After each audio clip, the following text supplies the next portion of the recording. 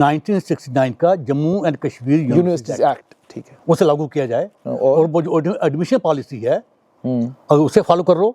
दूसरा minority institution जो है इसको डिक्लेयर कर दिया। जम्मू की हिस्ट्री है, जम्मू में हर 8-10 साल के बाद एजुकेशन होती है, हर 8-10 साल के बाद होती है। और वो जो एजुकेशन होती है उसमें पॉलिटिकल पार्टीज का रोल तो छोड़ दीजिए, लेकिन जम्मू के लोगों का जो रोल होता है, सरकारें हमेशा गिरती हैं। जब जम्मू के लोग सड़क पे आते हैं सरकारें झुकती हैं, लेकिन जो पॉलिटिकल लोग जो हैं वो अपनी गेम प्ले करते हैं और मूवमेंट को सैबोटाइज करने की कोशिश करते हैं। जम्मू के बच्चों का प्रपोर्शन लगातार कम हो रहा है और कश्मीर के बच्चों का प्रपोर्शन लगातार जो है बढ़ रहा है, और जिससे रीजनल टेंशन बढ़ी हुई है। तो इसका एक सलूशन है, वो सलूशन है कि 1969 का Jammu and Kashmir university act वो क्या बोलता है? वो ये बोलता है कि जम्मू प्रोविंस में जितने भी इंस्टीट्यूशंस हैं, वो प्रोफेशनल हो, टेक्निकल हो, वो सीटें सारी जम्मू के बच्चों का सोल प्रिजर्व। जो कश्मीर में वैसे इंस्टीट्यूशंस हैं, वहाँ जितनी भी सीटें अवेलेबल हैं सारे कश्मीर के बच्चों को रिजर्व होनी चाहिए, वो उनके मिलनी चाहिए। इस इंस्टीट्यूशन को माइनॉरिटी इंस्टीट्यूशन जो है वो डिक्लेयर कर दिया जाए, क्योंकि इसके अलावा कोई चारा है नहीं। और ये कोई जम्मू के लिए ये जो है यूनिवर्सिटी, ये कोई पहली बार ऐसा होगा, पूरी कंट्री में देयर आर माइनॉरिटी इंस्टीट्यूशंस। ठीक, हाँ, अलीगढ़ मुस्लिम यूनिवर्सिटी है, जामिया मिलिया इस्लामिया है, उसके अलावा क्रिश्चियंस के बहुत सारे। तो एक तो ये कि वैसे भी जम्मू कश्मीर में हिंदू माइनॉरिटी में है। आखिरकार जम्मू संभाग में मेडिकल कॉलेज से जुड़ी हुई सीटों का मुद्दा ज्वलंत मुद्दा क्यों बन रहा है? इतिहासकारों से ज्यादा बेहतर कौन ये बात हमें बता सकता है? कारण क्या है?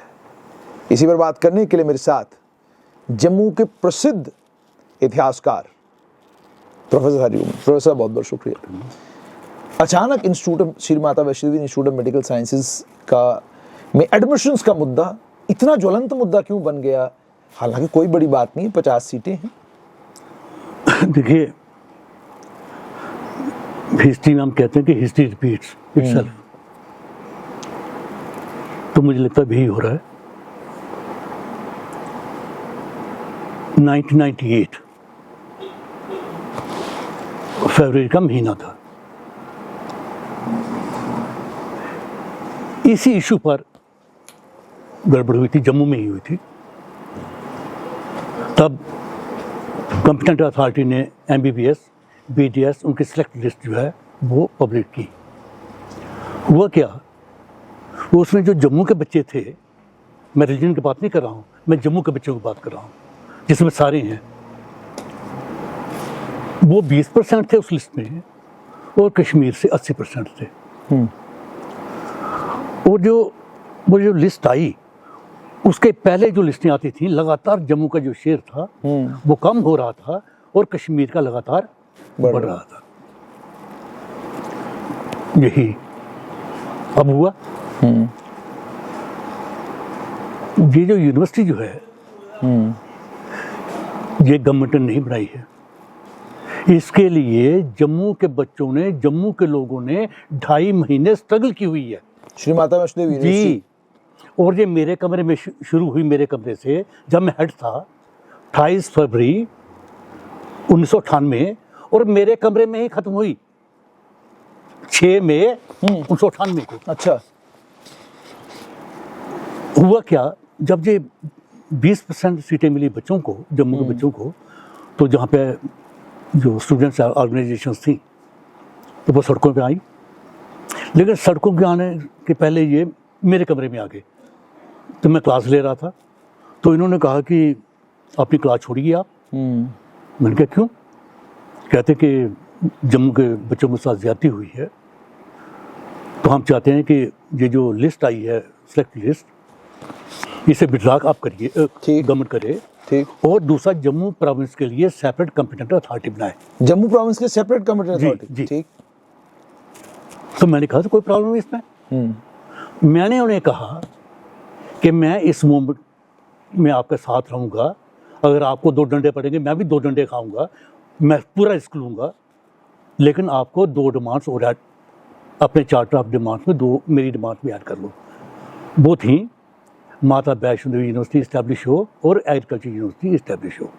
श्री माता वैष्णो देवी यूनिवर्सिटी एस्टैब्लिश हो और एग्रीकल्चर यूनिवर्सिटी एस्टैब्लिश हो, जम्मू में ये दोनों मांगे आपकी। जी जी जी। तो उन्होंने मान लिया। जैसे उन्होंने माना तो फिर डिस्टर्ब हो गई यूनिवर्सिटी पूरी। फिर हम मिले, हमारी को बातचीत हुई कि इसे कैसे स्टार्ट करना है। जैसे हम लोगों ने फैसला किया तो उन्होंने वैसे एक्ट किया। और जो उसके बाद एजिटेशन आप इमेजिन नहीं कर सकती हो जी, अमरनाथ लैंड रोड से बड़ी एजिटेशन थी जी। 15 दिन बंद रहा। 70 दिन सारे एजुकेशन इंस्टीट्यूशंस बंद रहे, सड़कें बंद। जो कश्मीर 70 दिन? जी जी जी 70 दिन। 16 दिन दुकानें बंद रहीं, ट्रांसपोर्ट 16 दिन बंद रही, कोर्ट्स 1 महीना बंद रही। तो अगर फारूक अब्दुल्ला वो चीफ मिनिस्टर थे, अगर हमारी बातों को नहीं मानते सरकार उनकी गिर जाती। क्योंकि मेरे पास सारे डॉक्यूमेंट्स थे, मेरे पास कैबिनेट की प्रोसीजर थी, मेरे पास जो कॉरस्पॉन्डेंस थी ऑन दीज 2 इश्यूज वो भी मेरे पास थी। अब वो मेरे पास क्यों थी वो मैंने बताऊंगा नहीं। तो एक डेट है 10 अप्रैल 1998, ठीक, आप लोगों से पूछ सकते हो। तो ये मीटिंग हुई सर्किट हाउस में। इसमें बोध राय बाली तब मिनिस्टर थे और राजेश दोत्रा भी मिनिस्टर थे। ये 2 प्लस उस समय के additional chief secretary Ajit Kumar, उस समय के डिविजनल कमिश्नर, उस समय के डीसी और खुड्डा थे तब आईजीपी, वो भी वही थे। मीटिंग हुई। जब मीटिंग शुरू हुई तो शुरू की बाली साहब ने। बाली साहब मेरे दोस्त के बड़े भाई थे, मेरा उनके घर आन जान में था। ठीक। जब इन्होंने शुरू किया मामला माता वैष्णो देवी यूनिवर्सिटी का, तो ये झूठ बोल रहे थे। तो मैंने कहा बाली साहब ऐसा है, मेरे पास सब कुछ है। मेरे पास था रेड बैग, वो मैंने किताब में उस जिक्र भी है। तो मैंने कहा मेरे पास सब कुछ है, मेरे पास कैबिनेट की प्रोसीडिंग्स भी हैं, अगर मैंने बाहर निकाला तो काम बहुत ख़राब हो जाएगा। और दूसरा इनका आप बंद करिए, आप मत। कैबिनेट की प्रोसीडिंग्स में ऐसा क्या था? कम्युनल लाइन्स पे अगर ये बनेगी तो ये हो जाएगा। अच्छा, हाँ, क्या लिखा हुआ था अगर एग्जैक्टली बताएंगे? कम्युनल लाइन्स पे वो मैंने तब नहीं बताया, अब नहीं बताऊंगा आज। तो बाली साहब ने कहा कि आप बंद करिए इसको। तो फिर कहते हैं हमें तो बिल चाहिए, इसके तो टाइम चाहिए, सेशन चल रहा था। बिल मैं कोई प्रॉब्लम नहीं, मैं कोई बिल भी देता हूँ। मैंने वो बिल अपना बैग खोला, रेड बैग, और मैंने बिल की कॉपी दे दी उनको।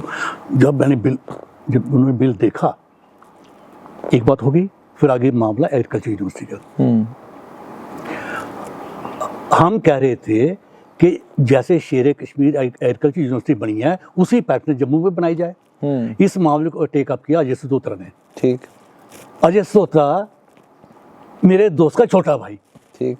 तो जब ये मामला आया सामने तो इसने कहा कि देखिए हम बिल्कुल तैयार हैं, लेकिन जो सेंटर वाले जो हैं वो कहते नहीं, ये सेंट्रल के पैटर्न पे जो बने। मैंने कहा जी क्यों ऐसा कर रहे हो, मेरे पास सब कुछ है। मैंने वो सारी चिट्ठी निकाली जो दिल्ली से यहाँ पे आई हुई थी। ठीक। तो मैंने जेली जो अपना बैग खोला, मैंने रेड, मैंने जेल में चिट्ठी जब पढ़ी तो उनका बहुत बुरा हाल था। फिर बात आई बिल, हमें टाइम तो चाहिए। मैं कोई बात नहीं, मैं आपको बिल भी देता हूँ। तो जो बिल बना था मैंने बिल भी दिया। जब उन्होंने देखा, यानी दोनों यूनिवर्सिटियों के बिल आपने दिए? हाँ जी, मेरे पास थी। अब जब ये हुआ तो अजीत कुमार जो है वो मेरे को बोलते हैं प्रोफेसर साहब थोड़ा बाहर आएंगे आप, के पी जंडियाल भी थे। तो मैंने कहा चलिए। तो बाहर आए, बाहर में बना दिया। तो मुझे बोलते ये आपके पास कहाँ से आए? मैंने कहा देखिए मैं हिस्ट्री का स्टूडेंट हूँ, ये मेरी ड्यूटी है कि जितने भी इम्पोर्टेंट फैसले हैं या डॉक्यूमेंट्स हैं मेरे पास होने चाहिए। और अगर मेरे पास नहीं है तो मैं तो हिस्ट्री का टीचर होने का तो मतलब बनता कोई नहीं है। तो मैंने कहा अगर आप कोई प्रॉब्लम है तो आप, कहते मैंने नहीं देखे हैं। मैं कहा ये आपका कंसर्न है, मेरे पास तो हैं, बोलिए गलत हैं। तो अगर आप फील करते हो कि मैंने कोई गड़बड़ी की है तो मेरे खिलाफ करिए इंक्वायरी। कहते नहीं आपके खिलाफ इंक्वायरी हो चुकी है। अच्छा, आपके खिलाफ इंक्वायरी हो चुकी है and factually you are correct. उसके बाद जब अंदर घुसे तो बाली साहब ने कहा कि अजीत ने भी कि मतलब ये बातें अंदर हुई हैं ये बाहर नहीं आनी चाहिए। आप 11 अप्रैल की अखबार निकाली है, डेली एक्सेलसियर। उसमें रिपोर्ट लिखी जाती है कि वो जो मिनिस्टर या दूसरे लोग थे उनके पास तो मैटर था ही नहीं, तो मतलब दे हैड टू कट ए सारी फिगर। अब ये जब ये हो गया, पर फारूक अब्दुल्ला के पास जाइए आप। फारूक अब्दुल्ला ने दोनों बिल इंट्रोड्यूस किए, कहाँ? असेंबली में। जब कश्मीरी लेजिस्लेटर्स ने अपोज किया और ये कहा कि आप इन्हें सेलेक्ट कमेटी में भेजिए, तो फारूक अब्दुल्ला बोलते हैं नहीं, ये आज ही बिल पास होंगे। अभी एजिटेशन चल रही है, बिल पास हो गए। अब ये तो हो गया, ये किसी को पता भी नहीं है, लेकिन ये मेरी जो ऑटोबायोग्राफी उसमें है, ठीक, और ये आर्टिकल जो मैंने आपको भेजा उसमें भी है, ठीक। तो उसके बाद फारूक ने सोचा एजिटेशन तो खत्म हो जाएगी, लेकिन हमने रखी थी मरण व्रत, 40 दिन चली मरण व्रत, तो एजिटेशन हमने और तेज कर दी, ठीक।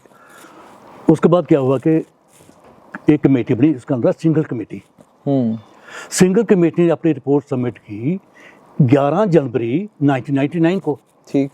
उसमें बड़ा कुछ है, लेकिन उसके जो रिकमेंडेशन थी और जो फाइंडिंग ये थी कि जम्मू के बच्चों का प्रपोर्शन लगातार कम हो रहा है और कश्मीर के बच्चों का प्रपोर्शन लगातार जो है बढ़ रहा है, और जिससे रीजनल टेंशन बढ़ी हुई है। तो इसका एक सलूशन है, वो सलूशन है कि 1969 का Jammu and Kashmir university act, वो क्या बोलता है? वो ये बोलता है कि जम्मू प्रोविंस में जितने भी इंस्टीट्यूशंस हैं, वो प्रोफेशनल हो, टेक्निकल हो, वो सीटें सारी जम्मू के बच्चों का सोल प्रिजर्व। जो कश्मीर में वैसे इंस्टीट्यूशंस हैं, वहाँ जितनी भी सीटें अवेलेबल हैं, सारे कश्मीर के बच्चों को रिजर्व होनी चाहिए, उनके मिलनी चाहिए। अब ये रिपोर्ट का भी मेरे पास भी आ गई, ठीक, लेकिन वो रिपोर्ट आज तक लागू नहीं हुई, अलमारी में पड़ी हुई है वो सेक्रेटेरिएट में। और मैं शायद मैं एग्जैजरेट नहीं कर रहा हूँ, मेरे पास उसकी कापी है। इंडिया में मुझे लगता है या तो फारूक अब्दुल्ला उनके पास कापी है, या जो चेयरमैन थे सिंगल उनके पास होगी, एक कापी मेरे पास है और किसी के पास कापी है नहीं। तो आपने जो कहा जी क्या हो गया जी, तब तो 20% थे, तो जम्मू में आग लगी, ठीक, जम्मू में आग लगी। और मैं आपको ये भी बताऊं कि पोजीशन ये थी कि जब 6 मई को जब ये एग्रीमेंट होना था, तो तब जहां आर शर्मा थे वाइस चांसलर, तो हमने कहा था कि एग्रीमेंट जो है वो जम्मू यूनिवर्सिटी में होगा, वाइस चांसलर कमरे में होगा, हम चीफ सेक्रेटरी से मिलने नहीं जाएंगे। चीफ सेक्रेटरी अशोक जेटले श्रीनगर से एग्रीमेंट करने के लिए जहाँ पे आया, क्या बोल रहा हूँ आपको, इतनी ऐसी पोजीशन थी, मतलब बिल्कुल सरकार जो थी फारूक की जाने वाली थी। तो तब तो 20% सीटें मिली थी, तो जम्मू में आग लगी। अब क्या है, अब 50 सीटें हैं, 42 एक कम्युनिटी के बच्चों को कोई प्रॉब्लम नहीं, ठीक। 8 जो है वो जिसको कभी जम्मू कश्मीर में हिंदू माइनॉरिटीज में है, वो उनको है। इशू ये भी नहीं है, इशू ये है कि इस 50 में 36 जो हैं वो कश्मीर को हैं, ठीक। तो हुआ क्या ये, तो फिर कोई बोलेगा कि जम्मू में आग नहीं लगेगी, एजिटेशन जम्मू के लोगों ने की, सारा बिजनेस एस्टैब्लिशमेंट बंद रही, जम्मू के बच्चों ने 2.5 महीने एजुकेशन नहीं की, सारा जम्मू प्रोविंस डिस्टर्ब रहा। और ये बनी यूनिवर्सिटी किससे बनी है? ये जो हिंदू डिवोटी जो चंदा देते हैं, जो दान देते हैं, ठीक। तो आपने ऐसे रूल्स बनाए कि उसमें तो सिर्फ जम्मू के हिंदू ही नहीं, अब तक जम्मू के जो मुसलमान जो है बच्चे, वो भी इसमें नहीं है। लेकिन प्रोफेसर मुझे ये बताइएगा कि जो जितने भी हिंदू संगठन हैं, चाहे वो समाजसेवी संगठन है, धार्मिक संगठन है, और अब तो भारतीय जनता पार्टी ने भी मुख्य रूप से आकर बात की, उन्होंने कहा कि जो यूनिवर्सिटी हिंदू समुदाय के पैसों के चढ़ावे से बनी है, और सिर्फ चढ़ावे से बनी है, ना इसमें कोई स्टेट की फंडिंग है, ना इसमें कोई ग्रांट सरकार की तरफ से मिल रही है, उस यूनिवर्सिटी पर केवल और केवल अधिकार हिंदू बच्चों का है। आप एज ए प्रोफेसर उसको कैसे देखते हैं स्टेटमेंट को? देखिए, अपना इस मामले में बड़ा क्लियर है कि 1969 का यूनिवर्सिटी एक्ट, ठीक, वो ये बोलता है, वो रिलीजन के बेसिस पर कोई बात नहीं करता है, वो रीजन की बेसिस, वो ये बोलता है कि जितनी भी सीटें जम्मू में हैं यूनिवर्सिटी में, वो सारी सीटें जो हैं वो जम्मू के बच्चों को मिलेंगी। हाँ, अगर कोई डिपार्टमेंट कश्मीर में नहीं है और वो जम्मू में है तो वहाँ के बच्चों को जहाँ एडमिशन मिल सकती है। उसी तरह से अगर कोई डिपार्टमेंट यहाँ पे नहीं है और कश्मीर में है तो जम्मू के बच्चों को वहाँ एडमिशन मिल सकती है। ठीक, क्योंकि आप सीधा ऐसा नहीं बोल सकते हो। ठीक, अगर जब हम सोल्यूशन की बात करते हैं तो कोई डेफिनेट चीज़ होनी चाहिए। तो हमारे सामने एक मॉडल है, ठीक, और वो मॉडल जो है वो आरपी सिंघल, उनकी जो कमेटी थी, उन्होंने वो मॉडल जो है हमारे सामने रखा हुआ है। तो हमारा ये मानना है कि दो सोल्यूशन हैं। एक तो ये उस एक्ट को जो है इम्प्लीमेंट किया जाए और एडमिशन उसके बेसिस पे हो। ठीक, दूसरा, इस इंस्टीट्यूशन को माइनॉरिटी इंस्टीट्यूशन जो है वो डिक्लेयर कर दिया जाए, क्योंकि इसके अलावा कोई चारा है नहीं। और ये कोई जम्मू के लिए ये जो है यूनिवर्सिटी, ये कोई पहली बार ऐसा होगा। पूरी कंट्री में देयर आर माइनॉरिटी इंस्टीट्यूशंस। ठीक, हाँ, अलीगढ़ मुस्लिम यूनिवर्सिटी है, जामिया मिलिया इस्लामिया है, उसके अलावा क्रिश्चियंस के बहुत सारे। तो एक तो ये कि वैसे भी जम्मू कश्मीर में हिंदू माइनॉरिटी में है। ठीक, और ये जो बनी यूनिवर्सिटी, ये लड़ाई भी इन्होंने ही लड़ी थी। और दूसरा कि चंदा भी हिंदू ही देते हैं। तो मतलब रूल ऐसे हो कि जम्मू के बच्चे वो ये फील करें कि ये जो एडमिशन पॉलिसी जो है ये हमको एक्सक्लूड नहीं करती है। नहीं, लेकिन इसमें जैसे मैंने आपको कहा कि हिंदू संगठनों का ये कहना है कि इसको केवल और केवल हिंदुओं के लिए यूनिवर्सिटी कॉलेज को रखा जाए, मेडिकल कॉलेज को।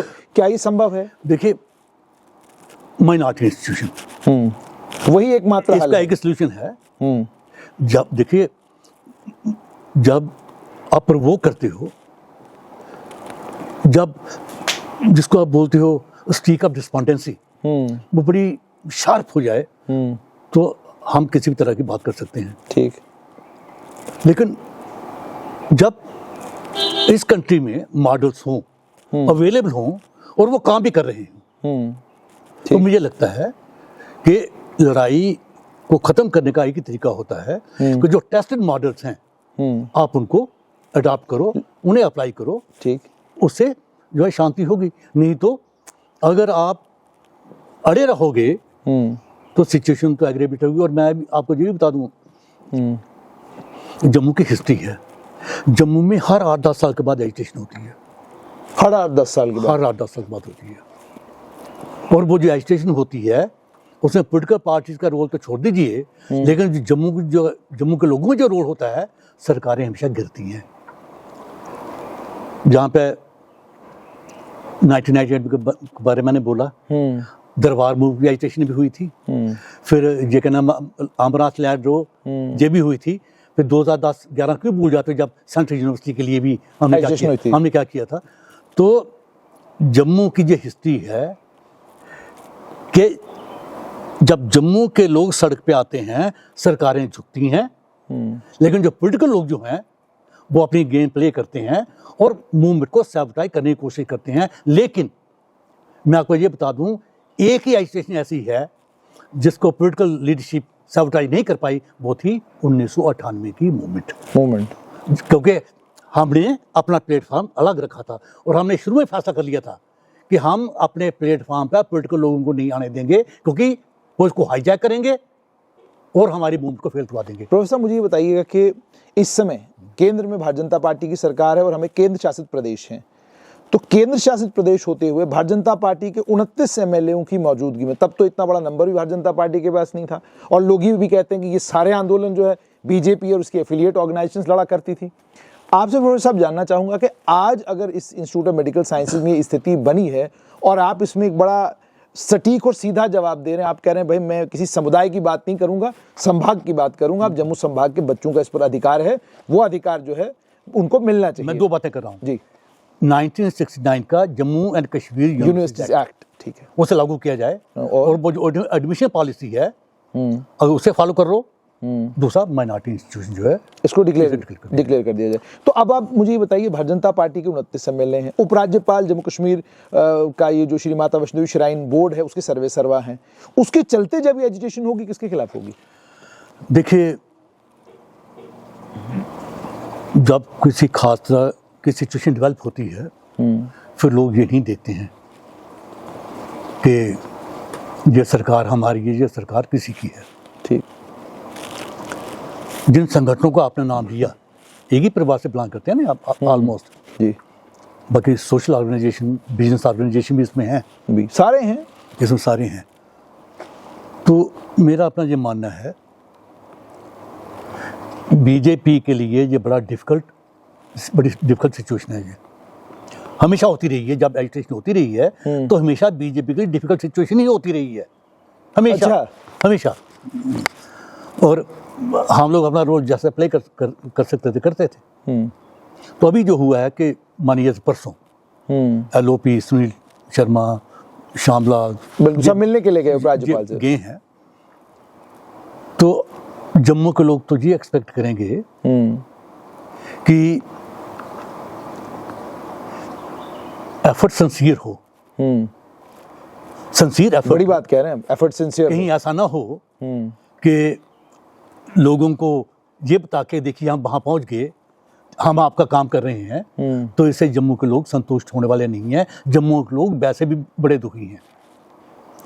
देखिए ये सच है कि 2014 में बीजेपी ने 25 जीती और इस बार 29 जीती। ठीक। लेकिन अगर बीजेपी, जम्मू की बीजेपी ये सोचे कि हम पॉपुलर थे तो हम जीत गए, तो मुझे लगता है they are living in a world of the past. ठीक। ये जीते मोदी जी और अमित शाह उनकी वजह से। और अगर जम्मू कश्मीर की बीजेपी ठीक पिक्चर अपने हाई कमांड को नहीं देती और सिर्फ मिलने से ही काम चलाने की कोशिश करती है, वो बात चलने वाली है नहीं। और मैं आपको कह रहा हूँ, आप मेरे से ज़्यादा जानते हो, जम्मू के लोग खुश नहीं हैं इनसे, बिल्कुल खुश नहीं है। क्योंकि जो हुआ उमर अब्दुल्ला की सरकार बनने के बाद तो बीजेपी कहीं तो दिख नहीं रही है। उमर अब्दुल्ला वो चाहे जिसको वो वीक हैं, जो भी हैं, अपनी मनमानी तो वो कर ही रहे हैं। और फर्क भी देखिए आप कि ये 20% बिजली सरचार्ज, 20% सरचार्ज, वहाँ पर 3 स्टेटमेंट्स आई, सिर्फ 3। उसमें शिमिबाब की थी। बिल्कुल। क्या बोला उन्हें उमर ने? फौरन विड्रा कर। उमर ने क्या बोला? उन्होंने कहा जी ये मैंने किया ही नहीं, वो will oppose truth and nail. बिल्कुल बिल्कुल यही कहा। तो आप वहाँ पे एक एक्शन लो एडमिनिस्ट्रेटिव, ये बताते हुए कि पीक आवर्स में बिजली आप ज़्यादा कंज्यूम करोगे तो सरचार्ज देना पड़ेगा 20%। तो जम्मू के साथ आप ऐसा कर दोगे कि 50 सीटें, उसमें से 42 सीटें जो हैं वो एक कमेटी को जाएं, वो भी छोड़िए 36 सीटें कश्मीर को चली जाएं, तो फिर तो बात बनेगी नहीं।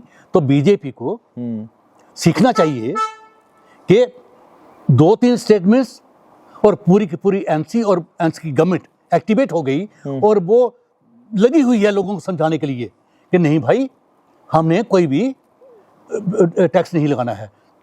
और आप जहाँ पे सब जगह आप देख रहे हो गुस्से में हैं लोग, तो अगर आप ये सोचोगे कि हम LG के पास जाएंगे, मनोज सिन्हा जी के पास, और उनको एक चिट्ठी दे आएंगे और आप सोचोगे आपका काम पूरा हो गया, तो आप बड़ी गलत फहमी जी रहे हो। तो आपको इस्टेब्लिश करना होगा, आप जम्मू प्रोविंस के लोगों के साथ, के सेंटिमेंट के साथ जुड़े हुए हो, सिर्फ जुड़े हुए नहीं हो, आप इंश्योर करोगे कि जम्मू का जो सेंटिमेंट है उसकी एप्रिसिएशन हो। और अगर आप ऐसा नहीं कर पाओगे तो जम्मू में आपके लिए जो आने वाले दिन है वो ठीक नहीं होंगे।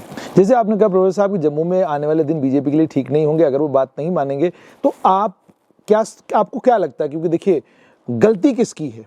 क्या गलती वो board of professional entrance examination की है जिन्होंने बच्चे रिकमेंड करके भेजे, या गलती इंस्टीट्यूट ऑफ मेडिकल एक्सीलेंस वालों की है कि उन्होंने 2 राउंड ऑफ काउंसलिंग हो चुके थे, तीसरे राउंड ऑफ काउंसलिंग में आपको परमिशन मिला, आपने तीसरे राउंड ऑफ काउंसलिंग में क्या कहते हैं एडमिशन करनी शुरू कर दी? वैसे तो बनता था कि ये इस साल एडमिशन होती नहीं, करते नहीं, बनता तो ये था। और ये भी कहा गया कि बोर्ड ने भी दिसंबर के महीने में इनको कहा था ये नॉर्मली होनी नहीं चाहिए, मतलब कोई मामला डिले हो चुका था तो बनता था नहीं। अब मामला किस पर जाकर टिकेगा? ये जो अथॉरिटीज हैं, कौन अथॉरिटीज, वो जो भी हों। ठीक। अब LG जो चेयरमैन है इसके, हेड कौन है? चेयरमैन भी है ना। अच्छा, तो दिखना किनको है? ऐसा क्यों हो गया? आपने ऐसे ऐसे कैसे छूट दे दी इंस्टीट्यूशन को कि वो जैसे चाहें वो वैसे करें, तब तो चलता नहीं है। तो रिस्पॉन्सिबिलिटी जो टॉप पे बैठा होता है, रिस्पॉन्सिबिलिटी हमेशा उसकी होती है कि वो अपने नीचे देखे, उसके नाक के नीचे क्या क्या हो रहा है, लोगों के साथ लोगों की सोच क्या है, एडमिनिस्ट्रेशन कैसे काम कर रही है। और अगर आप ऐसी बातों को इग्नोर करोगे तो फिर ये सिचुएशन जो बन रही है तो क्या आपको लगता है ये सिचुएशन ठीक है जम्मू कश्मीर के भविष्य के लिए, खासतौर पे जम्मू संभाग के भविष्य के लिए? और ये कहाँ जाएंगी बातें? ये जाएंगी सेपरेट जम्मू स्टेट के तरफ। आपको लग रहा है ये होना ही है, लगना। और अब तो इस बार पहली बार कश्मीर से भी अब आवाजें आने लग गई हैं कि भाई अलग कर दो। ये लगना, ये होना ही है, क्योंकि जम्मू और Kashmir it is an unnatural deadlock. ये एक नेचुरल जो है शादी नहीं है, मतलब इसको क्या बोलती हो आप, अननेचुरल डेडलॉक। परसों जो मीटिंग हुई, अब नोट करिए, उसमें वेयर हाउस के जो प्रेसिडेंट है दीपक गुप्ता, क्या बोला उन्होंने कहा जी स्टेटहुड की लड़ाई हो ना, वो इम्पोर्टेंट नहीं। बोला क्या उन्होंने बोला कि 2008 में अमरनाथ लैंड हमें वापस मिले, हमने उसके लिए एजिटेशन की। आज हम कह रहे हैं कि सीटें हमें नहीं मिली, उसके लिए कर रहे हैं। कल कुछ और होगा फिर हम एजिटेशन करेंगे। तो एक ही रास्ता है कि रोज रोज का ये जो चल रहा है झंझट, इसे खत्म करो और जम्मू को जो है सेपरेट स्टेट बनाओ। वैसे भी ना जम्मू की कश्मीर से बनती है और कश्मीर की जम्मू से नहीं बनती। आज तक जो भी जितने भी सेशन हुए, जितने भी दिन, आपने क्या देखा? बीजेपी एक तरफ है और एनसी एक तरफ है। बिल्कुल, वो कांग्रेस कहीं है ही नहीं। ठीक, कांग्रेस कहीं भी नहीं है, क्योंकि उसकी पोजीशन ये है कि अब अगर वो स्टैंड ले जो एनसी लेती है तो जम्मू में मारे जाते हैं। वैसे जम्मू में खत्म हो ही गई है, क्योंकि अब एक ही है। और 2008 के बाद तो हिंदू कॉन्स्टिट्यूएंसी में कांग्रेस तो कोई जीता नहीं, ना एमपी जीता ना एमएलए जीता। तो मतलब कौन सी पार्टी बन चुकी है मेरे को कहने की जरूरत है नहीं। तो कश्मीर में सीटें हैं, वहाँ मिली हैं 5। अब करें क्या? ये ठीक ना, ये यहाँ की बात कर सकते हैं, यहाँ की करें तो ये भला मारेगा, रमन भला मारेंगे। ठीक, और वहाँ की बात नहीं करेंगे तो वो मारेंगे। तो इसलिए कांग्रेस जो है ना इधर है उधर है। NC is very clear. ठीक, एनसी वो पार्टी है जिसने 2002 की मैं बात कर रहा हूँ, मैं पहले की बात नहीं कर रहा हूँ। 1946 जब क्विट कश्मीर मूवमेंट, मैं उसकी बात नहीं कर रहा हूँ, मैं 2000 की बात कर रहा हूँ। जब अटानवी कमेटी की रिपोर्ट आई, जिसको फारूक अब्दुल्ला की जो रिपोर्ट थी, उसमें क्या लिखा है? उसमें कहा है कि टीटी of Amritsar must go lock stock and barrel. तो जम्मू कश्मीर जम्मू का हिस्सा बना ही बिकॉज़ ऑफ दैट टीटी ऑफ अमृतसर की वजह से। बिल्कुल। तो जो 2000 की रिपोर्ट है, फारूक अब्दुल्ला की रिपोर्ट, स्टेट अटानवी कमेटी रिपोर्ट, आप उसको पढ़िए। उसमें उन्होंने लिखा है TT of Amritsar must go lock stock and barrel. उसका मतलब हो गया कि वो उसी वक्त कह रहे थे जम्मू को अलग करो। क्या तो बड़ी देर से रहे थे, क्या तो 1931 से कह रहे थे, लेकिन अच्छा 1931 से, हाँ, शेख अब्दुल्ला 1931 से कह रहे थे। तो मैं उसको मैं उसमें जा रहा हूँ। नहीं, वैसे तो कश्मीर में ये डिमांड जो है कि हमला करो, ये 1847 से है। ठीक, 1847 जब स्टेट बनी उसके 1 साल के बाद की। तो ये डिमांड वहाँ पे लगातार थी, लेकिन उसको जो प्रैक्टिकल शेप देने की कोशिश की वो 1924 में हुई, जब 13 रिप्रेजेंटेशन, नॉट 1, 13 रिप्रेजेंटेशन जम्मू के मुसलमान नहीं, कश्मीर के मुस्लिम लीडरशिप तब होती थी, रिलीजियस मुल्ला मौलवी होते थे। तो उसमें उन्होंने कहा था, जो उस समय का जो गवर्नर जनरल था, कि जा तो आप जम्मू कश्मीर को अपने कब्जे में ले लो, ठीक, जा आप हमें जम्मू से हमें अलग कर दो।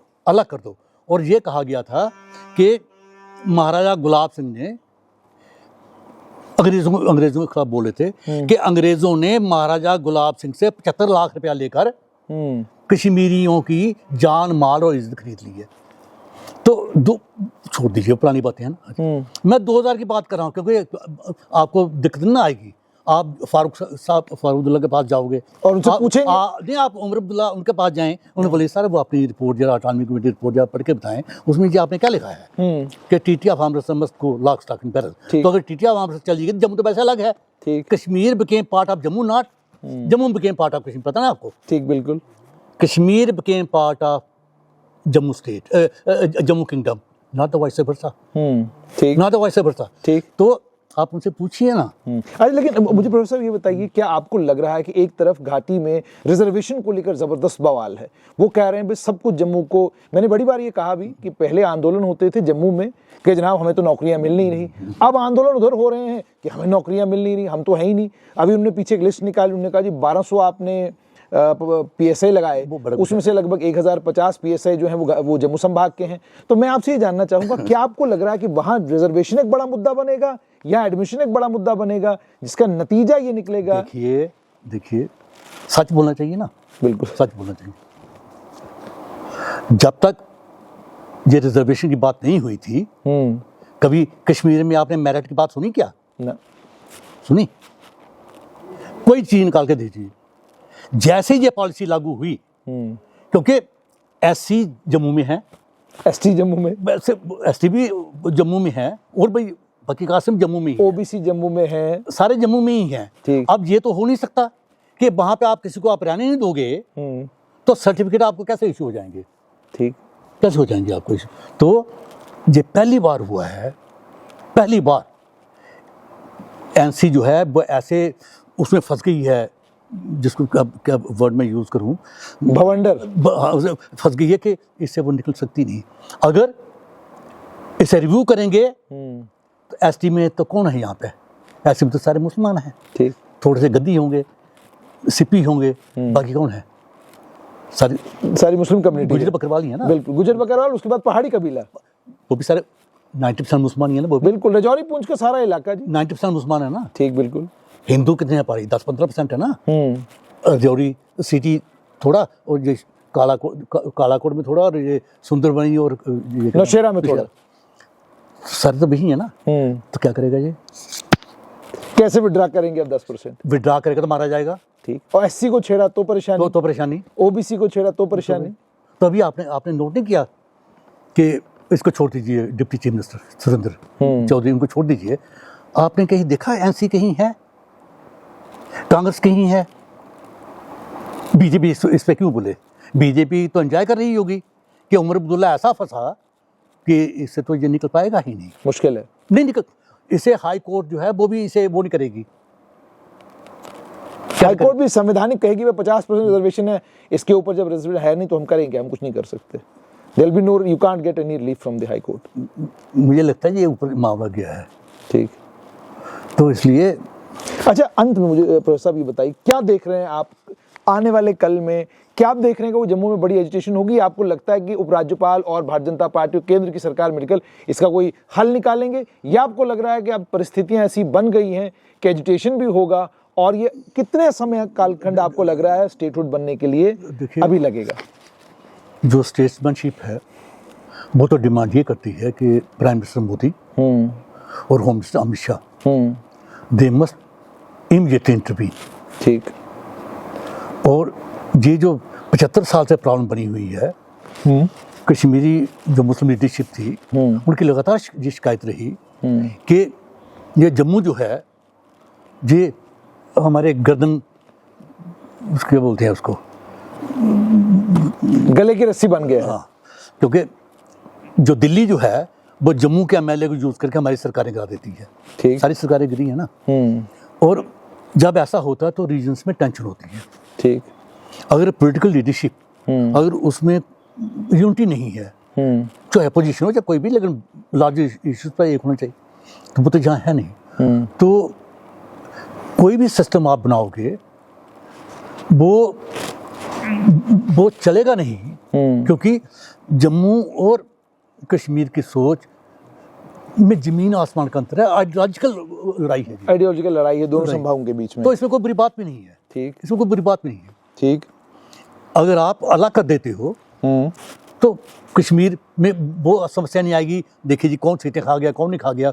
जम्मू में आप करोगे तो ये नहीं बात आएगी, देखिए हमारे साथ जो ज्यादती होती है, तो कब तक आप इस सिस्टम को चलाओगे आप? तो मुझे ऐसा लगता है कि जब 5 अगस्त 2019 को मोदी जी ने जो फैसला किया लद्दाख को अलग करके, तो उसी समय जम्मू को भी अलग करना चाहिए था, तो ठीक हो जाता है। समय आ चुका है कि दोनों संभाग जो है, समय तो बड़ी पहले से आया हुआ है। समय तो तभी आ चुका था जब मोदी सरकार ने फैसला किया कि ये स्टेट जो है एक नहीं रह सकती है। ठीक। इस स्टेट से 370 जाना चाहिए, इस स्टेट में 35 से जाना चाहिए। तो सिचुएशन तो अभी बन चुकी थी। ये कैसे गलती होगी, किसने गलती करवाई, मैं तो समझता शायद किसने गलती करवाई है। वो तो शायद तीनों बनाने वाले थे, अब क्यों ऐसा नहीं हुआ परमात्मा जानता है। तो जितनी जल्दी ये करें वो अच्छा है। बहुत बहुत शुक्रिया। तो ये थे प्रोफेसर हरिओम, आपने बिल्कुल इनसे प्रैक्टिकल और सीधी बातें सुनी। इन्होंने कहा कि जहां तक Shri Mata Vaishno Devi institute of medical excellence का ताल्लुक है, जम्मू कश्मीर यूनिवर्सिटीज एक्ट एक रास्ता है और दूसरा रास्ता है इस इंस्टीट्यूट को माइनॉरिटी स्टेटस देना, इसके अलावा और कोई रास्ता नहीं है। यानी साफ तौर पर इनका ये कहना है समुदाय, धर्म, इन सब चीज़ों का ख्याल रखना ज़रूरी है, लेकिन वहीं पर संविधान और कानून का ख्याल रखना भी ज़रूरी है। और दूसरा इन्होंने ये कहा कि आप क्यों दो ऐसे संभागों को जिनके बीच में कोई चीज़ मिलती जुलती नहीं है, लंबे समय से एक साथ रखे हुए हैं। समय आ चुका है, दोनों संभागों की ग्रीवेंसेस का हल तभी होगा जब जम्मू को पूर्ण राज्य का दर्जा मिलेगा और घाटी जम्मू संभाग से अलग होगी।